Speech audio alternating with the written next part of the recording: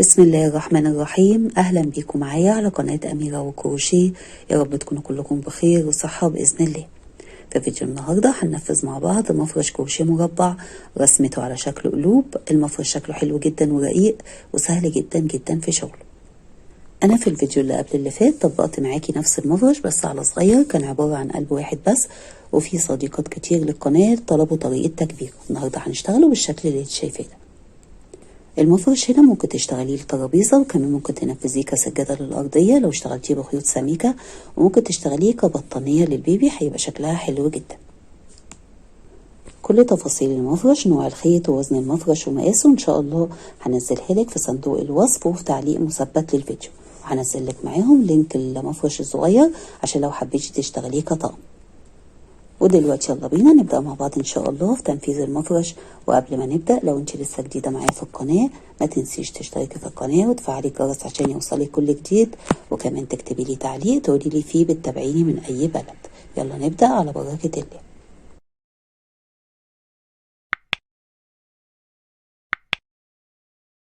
نبدأ بسم الله الرحمن الرحيم. أول حاجة بنبدأ بعمل دايرة سحرية. أنا بشتغل الدايرة السحرية، بعمل عقدة البداية وبدخل أشتغل جواها. أنت هتشتغلي الدايرة السحرية بالطريقة اللي أنت متعودة عليها، أو بتشتغلي 6 سلاسل وتقفلي بمنزلقة، وبعد كده بتبدأي معايا في السطر الأول. السطر الأول بدايته بترتفعي 3 سلاسل، 1 2 3، وبتدخلي جوه الدايرة السحرية تشتغلي 2 عمود بلفة، 1 2. فاحنا كده يعتبر اشتغلنا 3 أعمدة باعتبار ال3 سلاسل عمود. 3 سلاسل، 1 2 3. تدخلي تاني تشتغلي 3 أعمدة، 1 2 3. 3 سلاسل وبتكرري 3 أعمدة، 1 2 3. 3 سلاسل و3 أعمدة، 1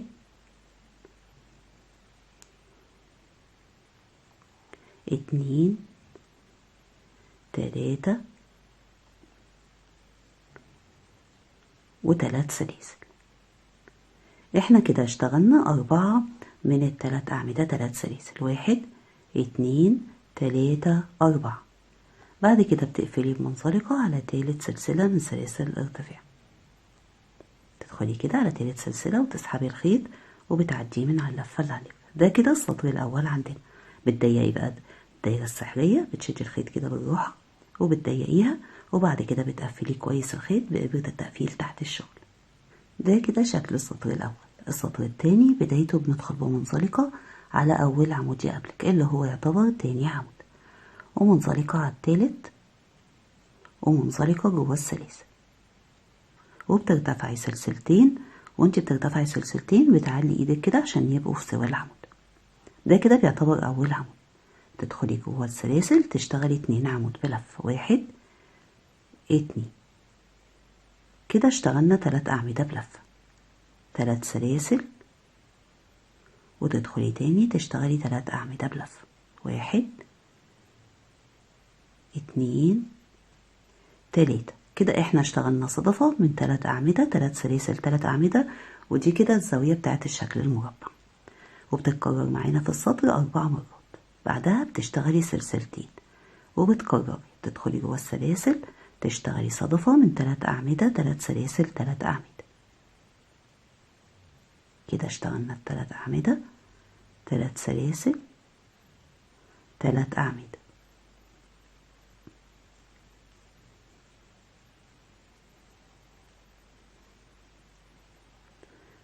تمام. بعد الزاوية اللي هي الصدفة بتشتغلي سلسلتين، 1 2.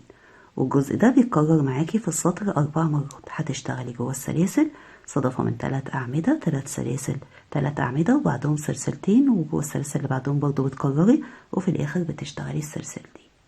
بعد ما كررتي واشتغلتي السلسلتين كده عندنا 4 صدفات، 1 2 3 4، ما بين كل صدفة واللي بعدها سلسلتين. بتقفلي السطر بمنزلقة على تاني سلسلة من سلاسل الارتفاع اللي بنعتبرهم عمود. وده كده شكل السطر التاني. السطر الثالث بدايته هندخل بمنزلقات لحد ما ندخل جوه السلاسل، فهتدخلي بمنزلقة على أول عمود يقابلك، منزلقة على العمود اللي بعده، ومنزلقة جوه السلاسل.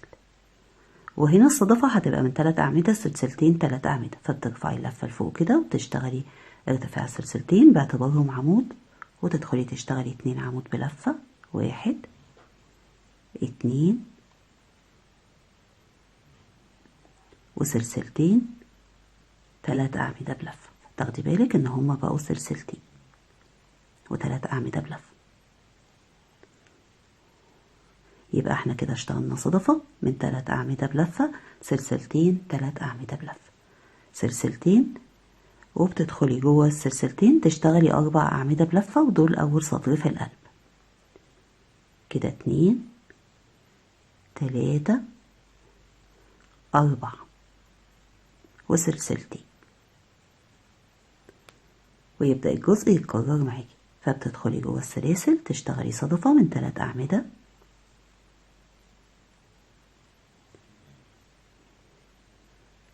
سلسلتين 3 أعمدة. دي كده الزاوية. بعد الصدفة بتشتغلي سلسلتين وتدخلي جوه السلسلتين تشتغلي 4 أعمدة بلفة، 1 2 3 4 وسلسلتين، وبتكرري. تمام، يبقى الجزء ده اللي بيتكرر معانا من أول الصدفة لحد السلسلتين اللي بعد ال4 أعمدة. بعد ما كررتي واشتغلتي آخر 4 أعمدة وبعدهم سلسلتين، بتقفلي بمنزلقة على تاني سلسلة من سلاسل الارتفاع. ده كده السطر التالت. السطر الرابع بدايته هندخل بمنزلقات جوه لحد ما نوصل جوه السلسلتين. هتدخلي كده بمنزلقة على العمود، ومنزلقة على العمود اللي بعده، ومنزلقة جوه السلاسل، وهنشتغل الصدفة.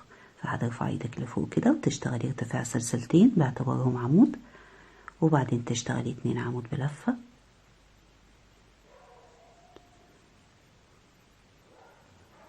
سلسلتين 3 أعمدة بلفة، 1 2 3. احنا كده اشتغلنا صدفة من 3 أعمدة، سلسلتين 3 أعمدة، سلسلتين. هنا هيزيد لعدد الأعمدة وهيبقوا 8. هتشتغلي جوه السلسلتين كده 2 عمود، 1 2. على كل عمود من ال4 بتشتغلي عمود، 1 2 3 4. جوه السلسلتين عمودين، 1 2. كده بقى عندك 8 أعمدة. بعدهم بتشتغلي سلسلتين، ونبدأ نكرر نفس الجزء. بتدخلي جوه السلسلتين تشتغلي 3 أعمدة، سلسلتين 3 أعمدة، 3 أعمدة،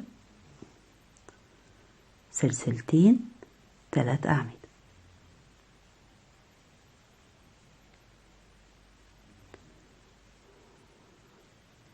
كده اشتغلنا الصدفة اللي هي الزاوية.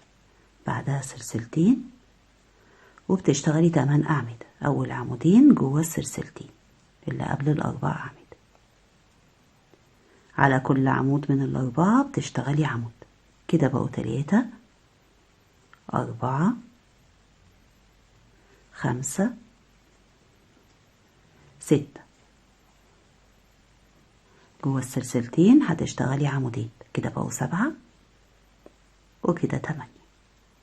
وبعد ال8 أعمدة سلسلتين، ويبدأ معاكي التكرار اللي بيتكرر معاكي من أول الصدفة لحد السلسلتين اللي بعد ال8 أعمدة. آخر السطر الرابع بعد ما كررتي والجزء ماشي معاكي صدفة سلسلتين 8 أعمدة سلسلتين، بتقفلي بمنزلقة على تاني سلسلة من سلاسل الارتفاع. ده كده شكل السطر الرابع. السطر الخامس هندخل بمنزلقات لحد جوه السلاسل، فهتدخلي منزلقة على العمود، منزلقة على العمود اللي بعده، منزلقة جوه السلاسل. بداية السطر الخامس هترتفعي سلسلتين باعتبارهم عمود، وتشتغلي عمودين، 1 2 سلسلتين و3 أعمدة. دي كده الصدفة الأولى معانا اللي هي الزاوية.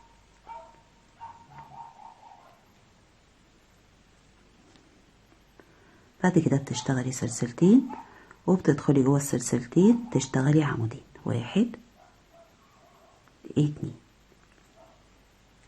على كل عمود من ال8 بتشتغلي عمود، 1 2 3 4 5 6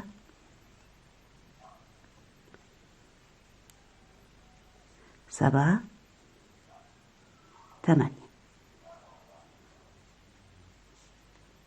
جوه السلسلتين عمودين، 1 2. فاحنا كده بقى عندنا من بعد السلسلتين 12 عمود زادوا 4 أعمدة عن السطر اللي تحت. سلسلتين ويبدأ معاكي التكرار. تمام. هتدخلي جوه سلسلتين الصدفة تشتغلي صدفة من 3 أعمدة، 1 2 3. سلسلتين 3 أعمدة.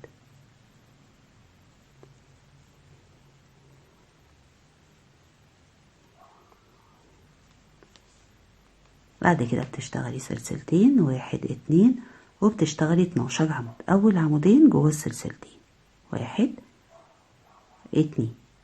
بعد كده بتشتغلي 8 أعمدة على كل عمود عمود، كده 3 4 5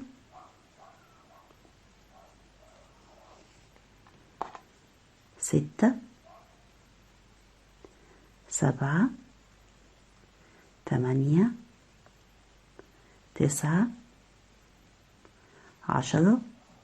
وعمودين جوه السلسلتين، كده 11 12. بعد ال12 عمود بتشتغلي سلسلتين ويبدأ معاكي التكرار. هو ده اللي بيتكرر معاكي من أول الصدفة لحد السلسلتين اللي بعد ال12 عمود. آخر السطر الخامس بعد السلسلتين بتقفلي منزلقة على تاني سلسلة من سلاسل ارتفاع.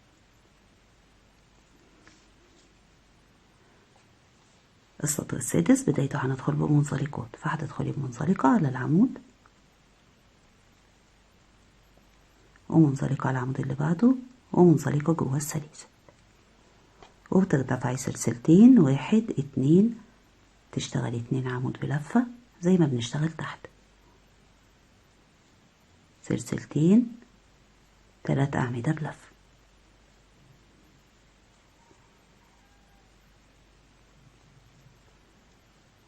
وسلسلتين. كده اشتغلنا الصدفة الأولى اللي هي الزاوية.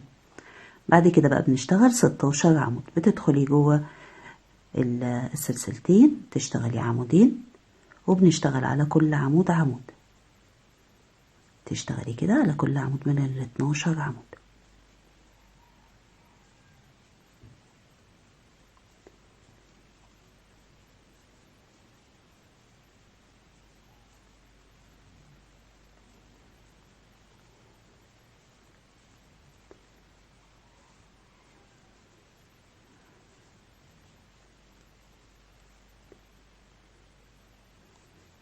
بعد ما بتشتغلي على كل عمود من ال12 عمود بتشتغلي جوه السلسلتين عمودين، وبعد العمودين سلسلتين، فكده بقى عندنا 16 عمود. هو ده اللي بيتكرر معاكي، صدفة اللي هي الزاوية عندنا، وبعدين سلسلتين 16 عمود سلسلتين، تبدأي تكرري. تشتغلي الصدفة من 3 أعمدة، سلسلتين 3 أعمدة،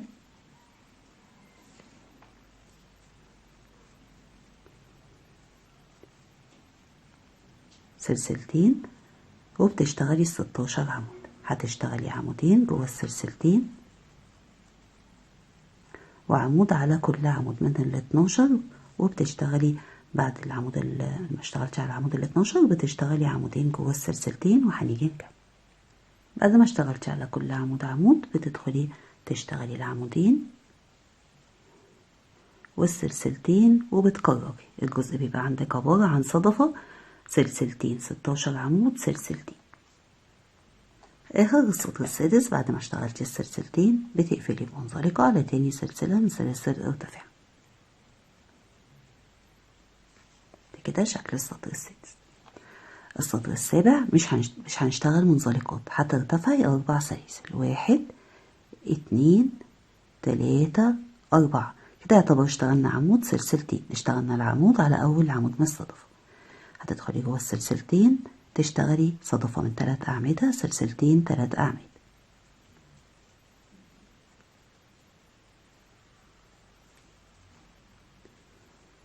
يبقى احنا كده اشتغلنا على أول عمود من الصدفة يعتبر عمود وبعده سلسلتين، وجوه سلسلتين الصدفة اشتغلنا نفس الصدفة 3 أعمدة، سلسلتين 3 أعمدة. هتشتغلي بعد كده سلسلتين، وعلى تالت عمود من الصدفة بتسيبي أول عمود والتاني، وعلى التالت بتشتغلي عمود وسلسلتين. تمام، ده كده الشكل عندك اختلف عن الشكل اللي تحت.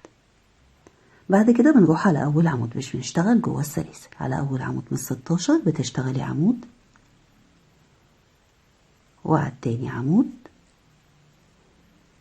تمام، وبتكرري كده على كل عمود من 16 بتشتغلي عمود. هتشتغلي على كل عمود من 16 وتشتغلي آخر عمود على العمود 16 ونيجي نكمل. بعد ما اشتغلتي على كل عمود من 16 عمود بتشتغلي سلسلتين، ويبدأ معاكي التكرار. لما بيبدأ معاكي التكرار بتشتغلي على أول عمود من الصدفة عمود،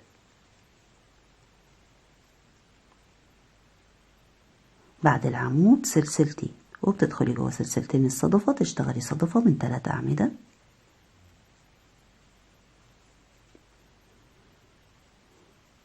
سلسلتين و3 أعمدة.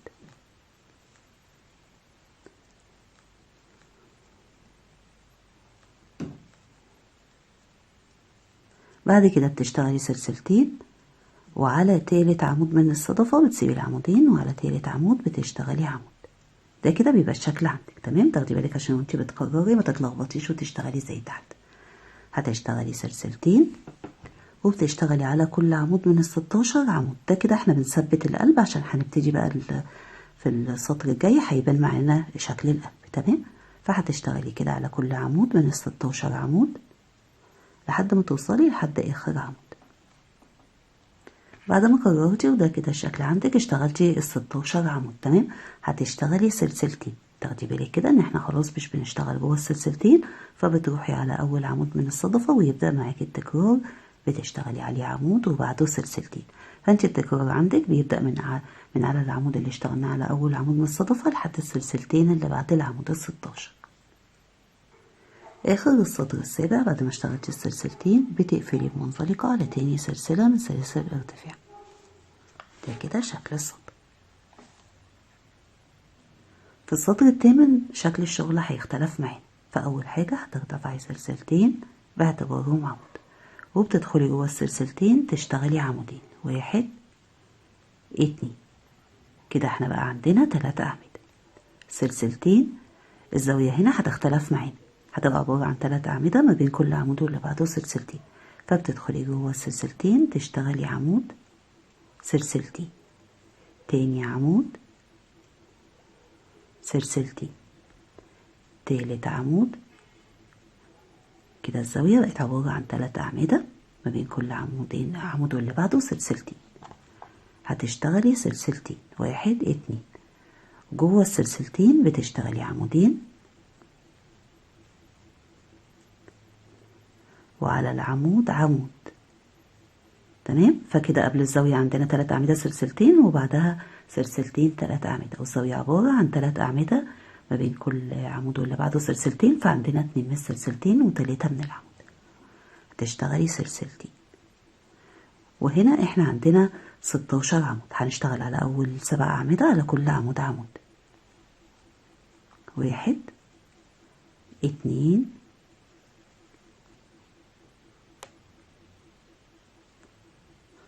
3 4 5 6 7. اشتغلنا 7 أعمدة على أول 7 أعمدة، سلسلتين، وبتسيبي عمودين وتبدأي تشتغلي 7 أعمدة على كل عمود عمود. أول عمود على تالت عمود بعد العمودين اللي سبناهم. فكده عمود، 2 3 4 5 6 7.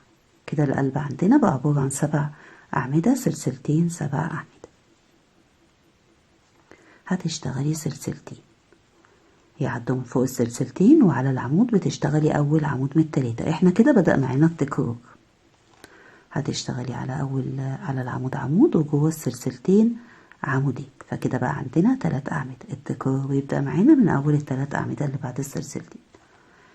هتشتغلي سلسلتين وتدخلي جوه السلسلتين، تشتغلي عمود، سلسلتين، تاني عمود، سلسلتين، تالت عمود، وبعد العمود التالت سلسلتين. تمام، دي كده بقت الزاوية معانا، وعدد الأعمدة فيها هيزيد طول ما احنا شغالين في السطور. بعد السلسلتين بتسيبي العمودين وبتسيبي ال3 أعمدة، وبتدخلي جوه السلسلتين وتشتغلي عمودين، وعلى العمود عمود. فكده بقوا 3 أعمدة. يبقى احنا كده ما اشتغلناش على ال3 أعمدة بتوع الصدفة، اشتغلنا عمودين جوه السلسلتين وعمود على العمود. بقى عندنا 3 أعمدة. هتشتغلي سلسلتين 7 أعمدة على كل عمود عمود. 1 2 3 4 5 6 7. بعد ال7 أعمدة بتشتغلي سلسلتين وتسيبي تحت عمودين، وتشتغلي 7 أعمدة على كل عمود عمود. 1 2 3 4 5 6 7. كده بقى عندنا 7 أعمدة، سلسلتين 7 أعمدة. ده كده شكل القلب. تشتغلي بقى سلسلتين، ويبدأ معاكي التكرار بانك على العمود بتشتغلي عمود، وجوه السلسلتين عمودين وبعدهم سلسلتين. فبقى عندك 3 أعمدة. بتكرري بقى كده من أول ال3 أعمدة اللي اشتغلناهم لحد السلسلتين اللي بعد ال7 أعمدة رقم 2. بعد ما كررتي وصلتي لآخر السطر، كده في السطر الثامن عندنا كان الجزء عبارة عن 3 أعمدة، سلسلتين، والزاوية عبارة عن عمود، سلسلتين، عمود، سلسلتين، عمود، وبعدهم سلسلتين، 3 أعمدة، سلسلتين. أما القلب بقى 7 أعمدة، سلسلتين، 7 أعمدة، وبعد كده بنشتغل سلسلتين. وده اللي كان بيتكرر معانا. آخر السطر هتقفلي بمنزلقة على تاني سلسلة من سلاسل الارتفاع.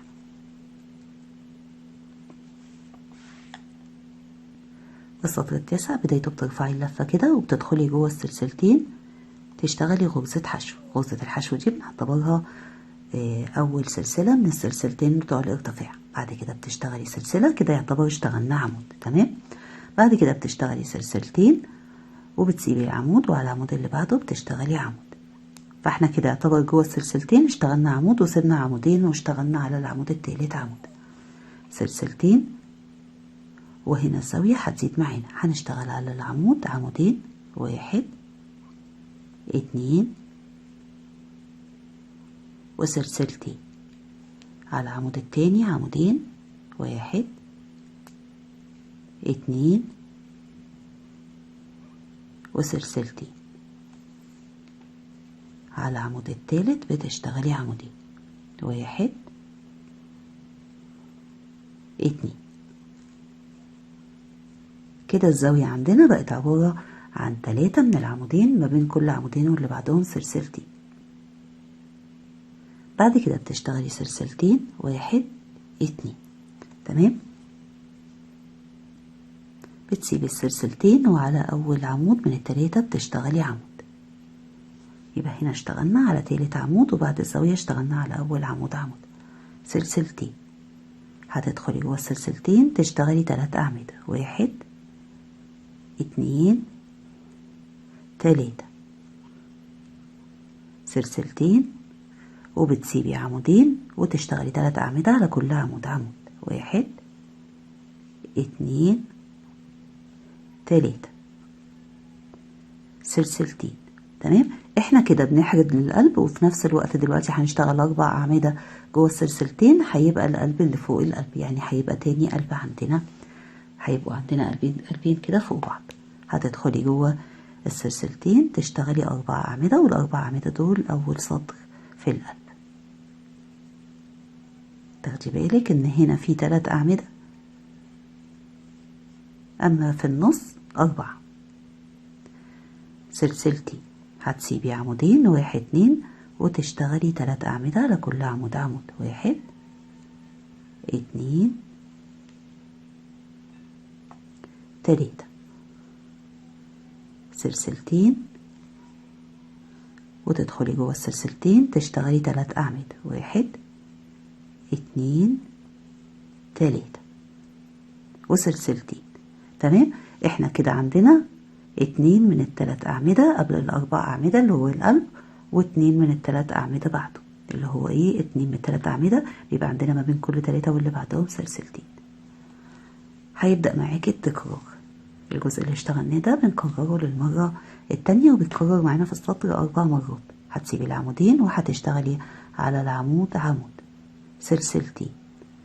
الزاوية عندنا هتبقى 3 من العمودين، فهتشتغلي على أول عمود عمودين،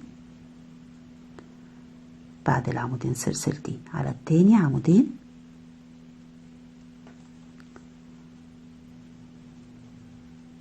سلسلتين، على التالت عمودين،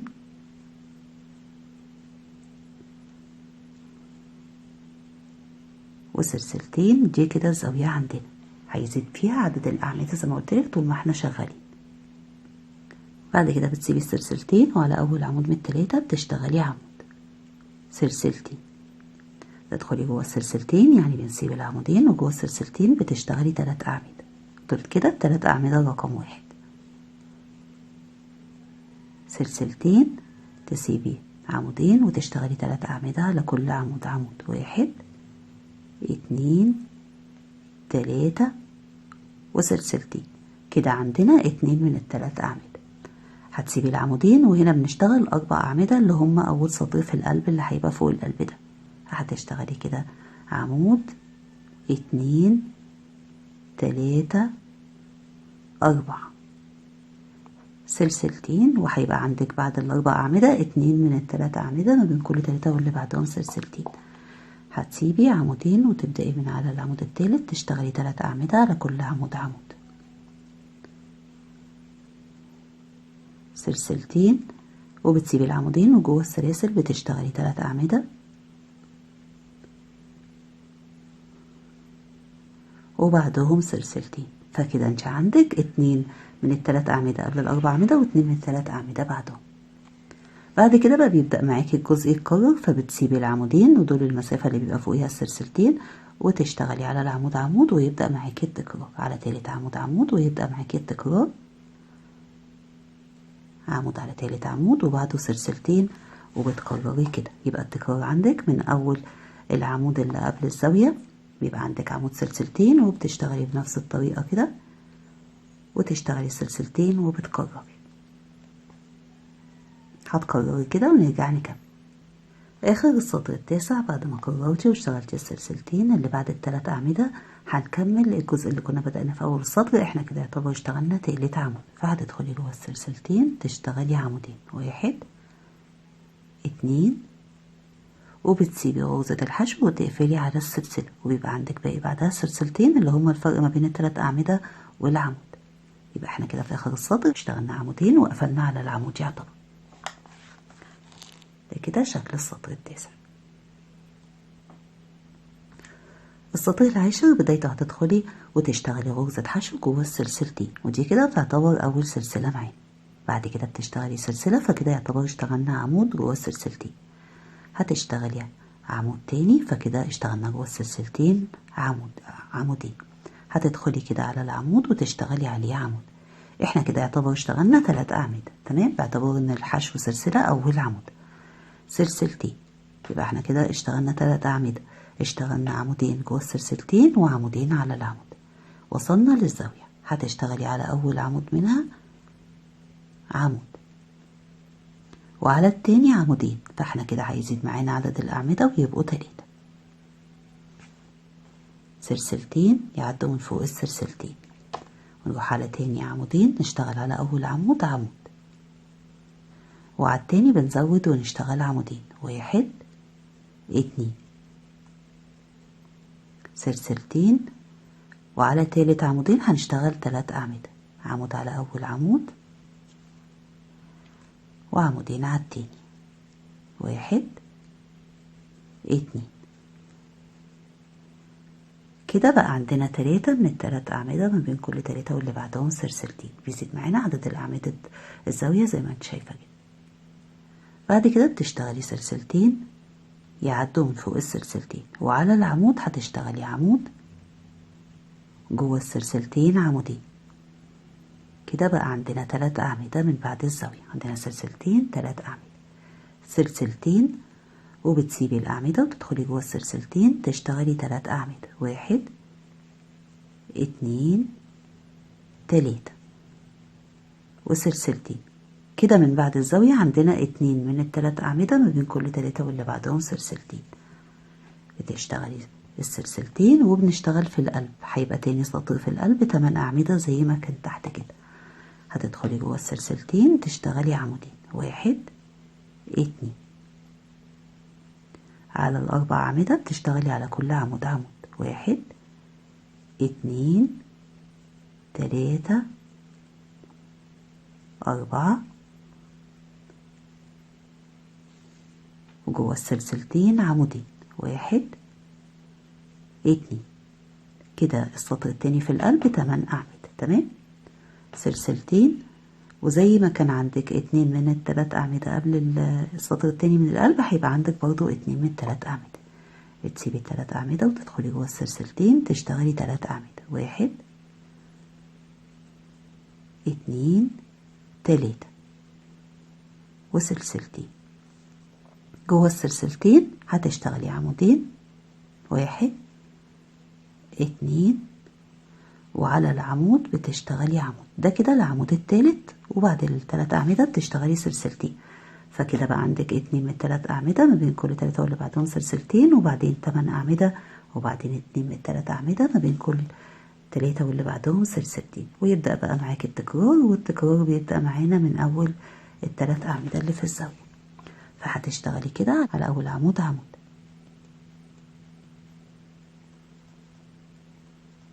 وعلى التاني عمودين، 1 2. احنا كده اشتغلنا 3 أعمدة، سلسلتين على أول عمود عمود، وعلى التاني عمودين، 1 2. دول كده تاني 3 أعمدة، سلسلتين. بعد السلسلتين بتشتغلي ال3 أعمدة رقم 3، على أول عمود بتشتغلي عمود، وعلى التاني عمودين، 1 2 سلسلتين. تمام، وبنشتغل في القلب. بتسيبي السلسلتين، وعلى أول عمود يقابلك اللي هو لوحده بتشتغلي عليه عمود، وجوه السلسلتين عمودين، 1 2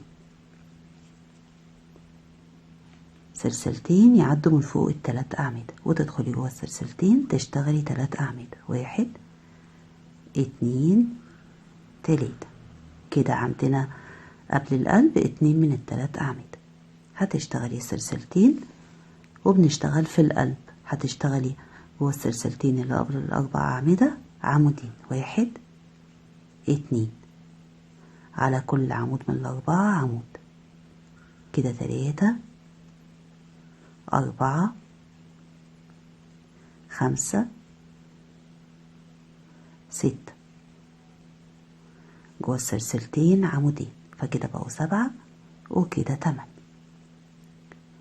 وسلسلتين. جوه السلسلتين اللي بعد ال3 أعمدة بتشتغلي 3 أعمدة، 1 2 3 وسلسلتين. بعد كده بتشتغلي 3 أعمدة اللي هم رقم 2. جوه السلسلتين بتشتغلي عمودين، 1 2 وعلى العمود بتشتغلي عمود، وبعد ال3 أعمدة بتشتغلي سلسلتين، وهو ده الجزء اللي بيتكرر معاكي. بدايته بتبقى من على الزاوية بتشتغلي 3 أعمدة بنفس الطريقة. هتكرري كده من أول ال3 أعمدة لحد السلسلتين اللي بعد ال3 أعمدة بتوع القلب. هتكرري كده ونرجع نكمل. آخر السطر العاشر بعد ما اشتغلتي 3 أعمدة سلسلتين بتقفلي منزلقة على السلسلة، بتسيبي غرزة الحشو وتدخلي على السلسلة اللي هي تعتبر كأنها تاني سلسلة عندنا، وتقفلي منزلقة. وده كده شكل السطر. السطر ال11 بدايته هندخل نشتغل عمود جوه السلسلتين، وده كده يعتبر تالت عمود معانا. ترفعي اللفة كده وتنزلي تسحبي اللفة وتقفلي على اللفتين مع بعض. كده اشتغلنا غرزة حشو. بعدها سلسلة، دي كده تعتبر تاني سلسلة معانا، يعني كده يعتبر اشتغلنا عمود. بعده بتشتغلي سلسلتين. تمام. هتدخلي على العمود، احنا كده يعتبر سيبنا اشتغلنا عمود جوه السلسلتين. سيبنا اول عمود والتاني وهنروح على التالت نشتغل عليه عمود. كده يعتبر اشتغلنا سلسلتين، عمود على تالت عمود، سلسلتين. وهنا هيزيد عدد الأعمدة وهيبقوا 4. على أول عمود بتشتغلي عمود، على التاني عمود، على التالت بنزود وبنشتغل عمودين، 1 2. فكده عدد الأعمدة بقوا 4. سلسلتين، 4 أعمدة على أول عمودين، على كل عمود عمود، 1 2. وعلى العمود التالت بتزوديه وبتشتغلي عمودين، 1 2. فكده الزاوية بقت عبارة عن 3 من ال4 أعمدة، ما بين كل 4 واللي بعدهم سلسلتين.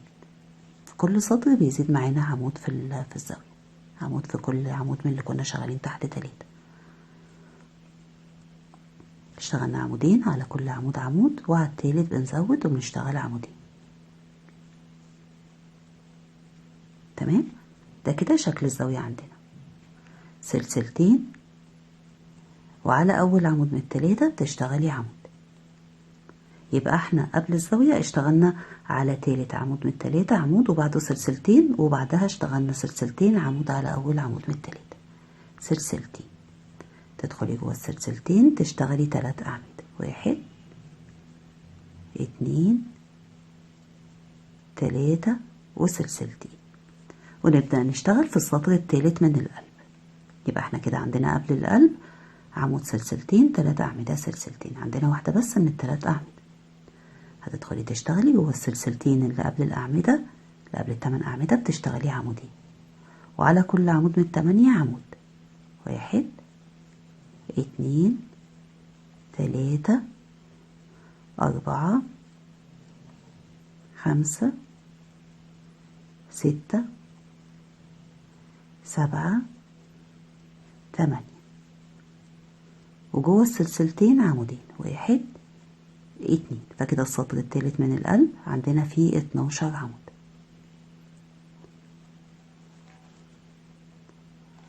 بعد كده بتشتغلي سلسلتين، 1 2، وتدخلي جوه السلسلتين تشتغلي 3 أعمدة، 1 2 3. سلسلتين، وبتسيبي العمود الأول والتاني، وعلى التالت بتشتغلي عمود وسلسلتين. ده كده شكل السطر التالت من القلب. وزي ما انت شايفه القلب اللي تحته خلاص معانا وبين شكله معانا، هيبقى عندنا قلبين فوق بعض. هنبدأ التكرار بإننا نشتغل 4 أعمدة، 1 2، وعلى التالت عمودين، كده بقوا 4. سلسلتين، 4 أعمدة، عمودين على أول عمودين، على كل عمود عمود، وعلى التالت عمودين، سلسلتين، 4 أعمدة، على ال3 أعمدة بتشتغلي على أول عمودين، على كل عمود عمود، وعلى الرابع بنزود وبنشتغل عمودين. يبقى بداية التكرار عندك هتبدأ من أول الزاوية، من أول 4 أعمدة فيها، سلسلتين، وعلى العمود الأول من ال3 بتشتغلي عمود، سلسلتين، وبتدخلي جوه السلسلتين تشتغلي 3 أعمدة، 1 2 3. كده عندنا واحدة بس من ال3 أعمدة قبل القلب. بتشتغلي سلسلتين ونشتغل في القلب. هنشتغل 12 عمود، عمودين جوه السلسلتين، وعلى ال8 أعمدة على كل عمود عمود. كده بقوا 3 4 5 6 7 8 9 10. جوه السلسلتين هتشتغلي عمودين، كده بقوا 11 12، والسلسلتين. كده القلب عندنا السطر التالت فيه 12 عمود. بعد السلسلتين بتدخلي جوه السلسلتين اللي بعد ال3 أعمدة، تشتغلي 3 أعمدة وسلسلتين، وبتسيبي العمودين، وعلى التالت بتشتغلي عمود وبعده سلسلتين، ويبدأ معاكي التكرار من أول الزاوية. يبقى اللي بيتكرر معاكي من أول ال4 أعمدة رقم 1 في الزاوية لحد العمود سلسلتين، هتكرري كده لحد الآخر.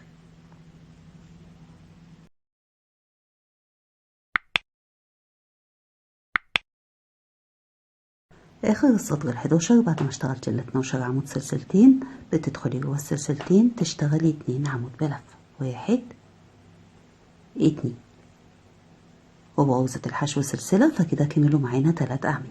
هتسيبي غرزة الحشو وتقفلي على السلسلة، وبيبقى باقي عندك بعدها سلسلتين. ده كده شكل السطر ال11. السطر ال12 بدايته هتدخلي تشتغلي غرزة حشو جوه السلسلتين، وبعدين تشتغلي سلسلة، فكده يعتبر اشتغلنا عمود. تدخلي تاني تشتغلي عمود.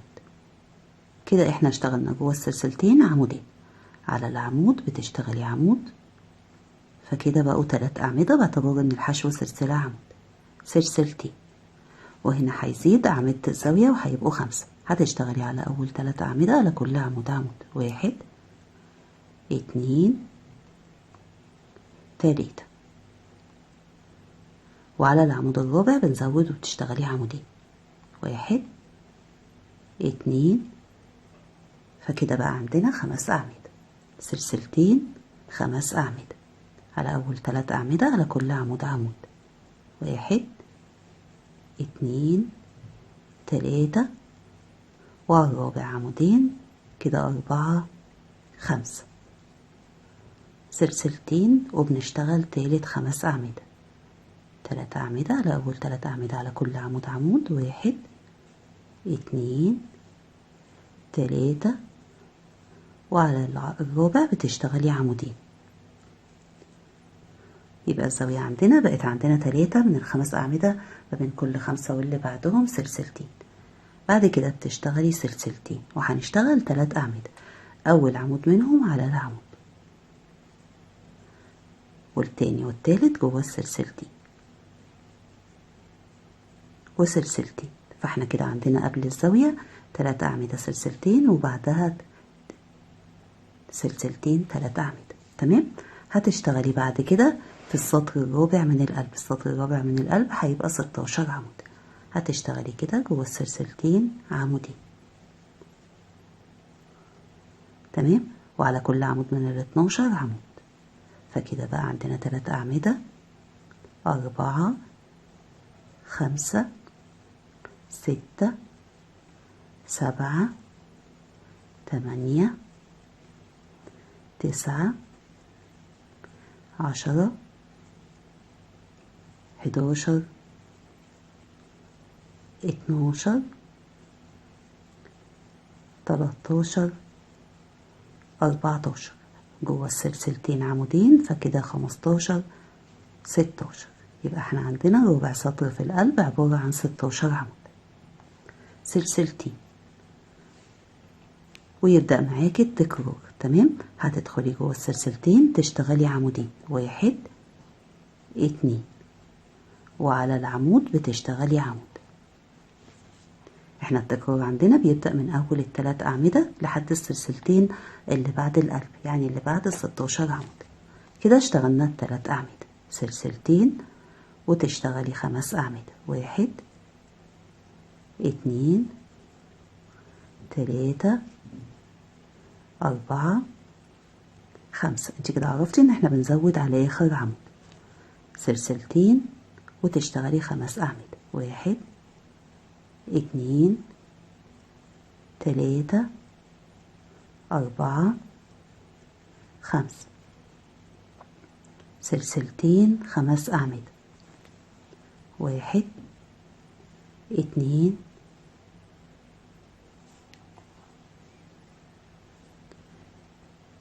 3 4 5.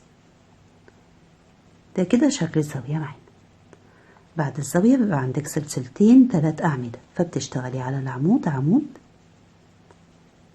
جوه السلسلتين عمودين، فكده بقوا 3 سلسلتين. يعني احنا هيبقى عندنا قبل القلب 3 أعمدة، واحدة بس، وتشتغلي 16 عمود. هتشتغلي كده جوه السلسلتين عمودين، وبتشتغلي على كل عمود من 12 عمود، وجوه السلسلتين عمودين بيكملوا معاكي 16 عمود. كده كملوا معانا 16 عمود، وده كده السطر الرابع من القلب. انت التكرار بيبدأ معاكي من اول ال3 أعمدة سلسلتين، تمام؟ فبتشتغلي سلسلتين وبيبدأ معاكي التكرار على جوه السلسلتين بتشتغلي عمودين. ده كده بداية التكرار معاكي، جوه السلسلتين عمودين، وعلى العمود عمود وسلسلتين، وبتشتغلي في الزاوية. يعني التكرار عندك عبارة عن 3 أعمدة سلسلتين، وبتشتغلي الزاوية اللي هي 3 من ال5 أعمدة ما بين كل 5 واللي بعدهم سلسلتين، وبعدين سلسلتين 3 أعمدة سلسلتين، والقلب عبارة عن 16 عمود سلسلتين 3 أعمدة وبعدهم سلسلتين. هو ده كده الجزء اللي هيتكرر معاكي لحد آخر السطر. آخر السطر ال12 بعد ما اشتغلتي ال16 عمود وبعدهم سلسلتين، بتسيبي غرزة الحشو وبتدخلي على السلسلة تقفلي بمنزلقة. ده كده شكل السطر. السطر ال13 بدايته هترتفعي سلسلتين، 1 2 باعتبارهم عمود اشتغلناه على العمود. بعد كده بتشتغلي سلسلة وبتسيبي عمود، وعلى تالت عمود بتشتغلي عمود. فاحنا كده اشتغلنا عمود سلسلة عمود سلسلتين. الزاوية عندنا هتزيد وهتبقى 6 أعمدة، فهتشتغلي على أول عمود عمود، وعلى التاني عمود، على التالت، على الرابع، وبنزود على آخر عمود بنشتغل عليه عمودين. كده عدد الأعمدة زاد وبقوا 6 سلسلتين، وبنشتغل 6 أعمدة بنفس الطريقة. بنشتغل على كل عمود عمود وبنزود عليه آخر عمود.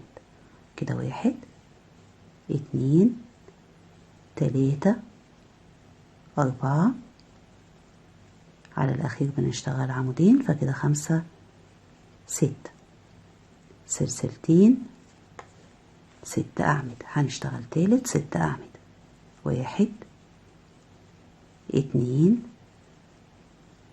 3 4 5 6. بنشتغل على آخر عمود عمودين، فكده بقى عندنا 3 من ال6 أعمدة ما بين كل 6 واللي بعدهم سلسلتين. بعد كده بتشتغلي سلسلتين، 1 2، وعلى أول عمود من ال3 بتشتغلي عمود، بعد العمود سلسلة وبتسيبي عمود، وعلى التالت بتشتغلي عمود. فاحنا كده عندنا قبل الزاوية عمود سلسلة عمود وبعدها سلسلتين، وبعدها بيبقى عندك سلسلتين عمود سلسلة عمود. هتشتغلي سلسلتين، وده كده خامس سطر من القلب، فبيبقى مفيش أعمدة جوه السلاسل. هنشتغل على كل عمود من 16 عمود. فهتشتغلي كده على أول عمود عمود، على التاني عمود، 3 4، وبتشتغلي كده لحد ما توصلي لاخر عمود هتشتغلي عليه عمود، فكده هيبقى عدد الاعمده 16. بعد ما اشتغلتي على كل عمود عمود كده كملوا معانا 16 عمود. احنا عندنا قبل ال 16 عمود بيبقى فيه سلسلتين عمود سلسله عمود سلسلتين. بعد القلب برضو بيبقى فيه نفس الموضوع، فهتشتغلي السلسلتين وبيبدأ معاكي التكرار. على اول عمود بتشتغلي عمود وبعده سلسله، بتسيبي عمود، وعلى العمود اللي بعده بتشتغلي عمود وبعده سلسلتين. زي ما انت شايفه كده قبل القلب هو اللي بيبقى بعده. كده احنا بدأنا التكرار من اول العمود سلسله عمود. هتشتغلي على ال5 أعمدة 6 أعمدة، 1 2 3 4 5 6. كده على آخر عمود اشتغلنا عمودين فزادوا بقوا 6. سلسلتين يعدوا من فوق السلسلتين وتشتغلي ال6 أعمدة رقم 2. 1 2 3 4 5 6. سلسلتين وتشتغلي ال6 أعمدة.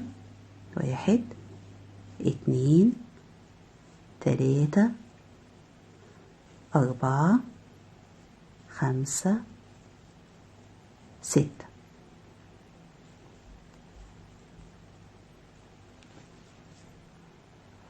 بعد كده بتشتغلي سلسلتين بيعدوا من فوق السلسلتين. اما هنا هيبقى عندك عمود سلسلة عمود، عمود على اول عمود وسلسلة وعمود على التالت، يعني المسافة اللي تحت عمود وفوقها سلسلة. هتشتغلي بعد كده سلسلتين والقلب هنا هيبقى 16 عمود. مش هنشتغل جوه السلاسل، هنبدأ الشغل من على اول عمود من 16. بتشتغلي كده على كل عمود عمود لحد ما تكمليهم 16 عمود. اخر عمود هتشتغلي عليه العمود ال16. بعد ما قررتي واشتغلتي على 16 عمود على كل عمود عمود بتشتغلي السلسلتين ويبدأ معاكي التكرار. التكرار بيبدأ من على ال3 أعمدة. بنشتغل على أول عمود عمود وبعده سلسلة وعلى التالت عمود وبعده سلسلتين. تمام؟ يبقى الجزء اللي بيتكرر معاكي من أول العمود سلسلة عمود لحد السلسلتين اللي بعد ال16 عمود. بعد ما قررتي وصلتي لآخر السطر وآخر حاجة اشتغلتيها هما 16 عمود بتشتغلي السلسلتين وبتقفلي بمنزلقة على تاني سلسلة من سلاسل الارتفاع اللي بنعتبرهم عمود، وبيبقى باقي عندك بعدها سلسلة اللي هي الفرق ما بين العمود والعمود اللي بعده. وده كده شكل السطر ال13. انا كده وصلت معاكي لنهاية الجزء الاول من المفرش. ان شاء الله في الجزء التاني هنكمل مع بعض المفرش لحد اخره. ودلوقتي هسيبكم في رعاية الله ونتقابل قريب بإذن الله.